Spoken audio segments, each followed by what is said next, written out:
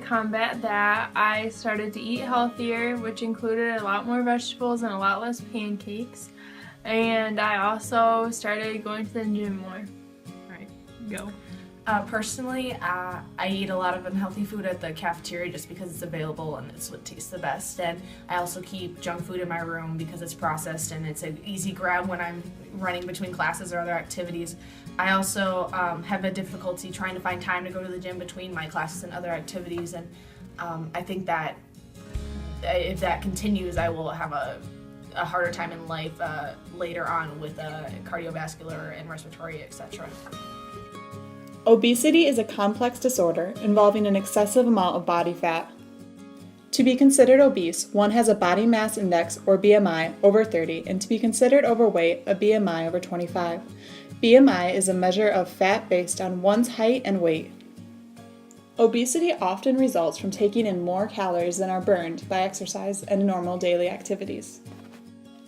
Some factors that play a role in obesity include overeating, lack of sleep, lack of exercise, eating late at night, which is when your metabolism is slowed down, skipping meals, overconsumption of alcohol, eating unhealthy foods, and stress.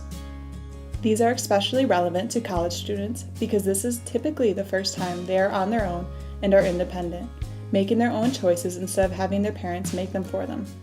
Poor nutritional skills and lack of information on healthy eating contribute to the rise in the number of college students who are either overweight or obese. A study of 738 college students aged from 18 to 27 were surveyed to assess overweight and obesity rates, dietary habits, and physical activity.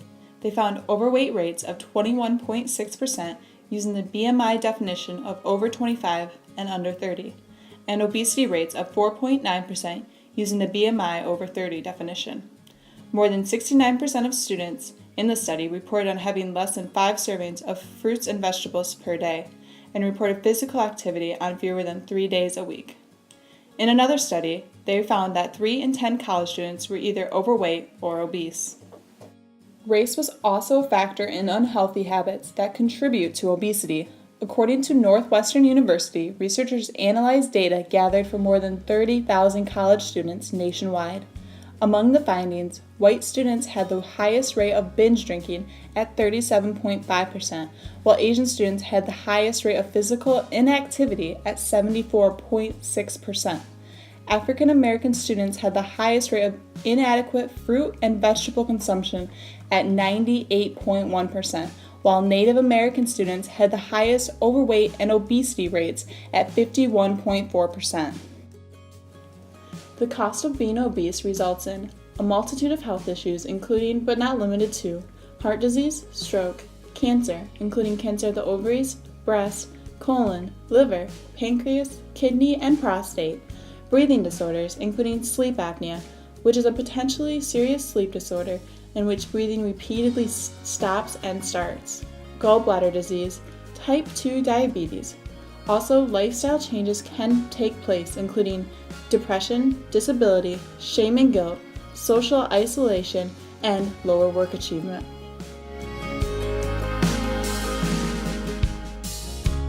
I think that college students gain weight sometimes because it's hard to balance your school schedule and your extracurriculars, which should include working out. When you have 6 exams to study for, it's hard to justify taking the 1 to 2 hours that you'd spend at the gym every day. So I think that that's a big reason. And then also another reason is the meal plans. Since we do have to pay so much for them, we want to get our money's worth. So we eat the 3 bowls of ice cream that are free. So I think that WEGI should maybe change that too. I think college kids are out of shape because they get caught up with their studies, part-time jobs, and drinking. So that's probably why they get out of shape. College kids gain weight because they don't have their parents around to tell them not to eat crappy food late at night when you leave the library at 12. And I'm poor, so I go to McDonald's a lot and eat a lot of nuggets and cheeseburgers. We took a poll on the unhealthy habits of 20 students here at Aquinas. We asked them to list all of the factors they thought contributed to them being unhealthy. The results for each contributor are as follows. Not understanding what their bodies need nutritionally to be healthy. 8 in 20 students felt that this was a contributor to their unhealthy habits. 2 in 20 of the students felt that cheap food coupons and offers contributed to their unhealthy habits. Eating late at night. 18 in 20 students listed this as a contributor. Eating unhealthy cafeteria food. 13 in 20 of the Aquinas students listed this as a contributor to their unhealthy habits. 4 in 20 students felt that energy drinks contributed to their unhealthy habits. This is only 20% of the students we asked. 1/3 of the students we polled felt that drinking excessive amounts of alcohol contributed to their unhealthy habits. Fast food delivery to dorm rooms was a contributor for just under half of the students we polled. Lack of exercise is a contributor to 13 in 20 of the students at Aquinas. 85% of the students felt that poor nutritional skills and education led to them being unhealthy. Skipping meals throughout the day was a factor listed by 11 of the 20 students we polled. There was a 50-50 split between the students on poor sleep habits and sleep deprivation as a contributor. 8 of the 20 students listed keeping unhealthy snacks and food on hand in their dorm rooms as a factor.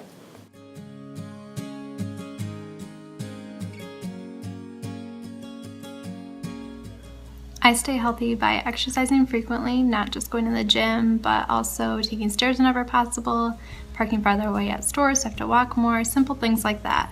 And then I also track my food, so I track to make sure I'm getting enough healthy fats, carbs, and enough protein. On the other hand, to try to combat my unhealthiness, I really do walk a lot during the day. Most days I go out of my way just to take the long way home so I can get those extra steps in and try to burn more calories to really, differentiate from what I'm doing wrong. In addition, I try to watch, even if I eat unhealthy, I try to watch my portion control because that's a really easy way to just completely lose yourself. I stay healthy by watching what I eat. As a commuter, I don't have the temptation that the cafeteria brings, so I'm able to make and choose my own healthy options. To stay healthy, I participate in women's lacrosse for Aquinas. All year we practice and play games, and over the winter we do like a whole season full of CrossFit training. And after starting lacrosse, I have figured out the importance of getting enough sleep and drinking enough water to stay hydrated and to be ready for the next day. And I also stopped drinking a lot after my first year of college because I realized what it was doing to my body, and it wasn't good for me, and it wasn't helping our team at all. So limiting the amount of drinking that I do of alcoholic beverages has really helped me stay healthy. To stay in shape, I go running and I do hot yoga and I eat vegetables. I stay healthy by exercising. Usually that includes either biking or walking my dogs. And I also try to get an appropriate 7-8 hours of sleep because that's the recommended healthy amount of sleep. So by getting that, I'm staying healthy. To stay healthy now, I have started and continue to eat healthier foods. And I started going to this thing, it's called a salad bar. I thought it was like a bar, so I went, but it wasn't. And I found out that if you put enough ranch on the lettuce, then it kind of tastes good sometimes. They have cheese too, but there's no beer.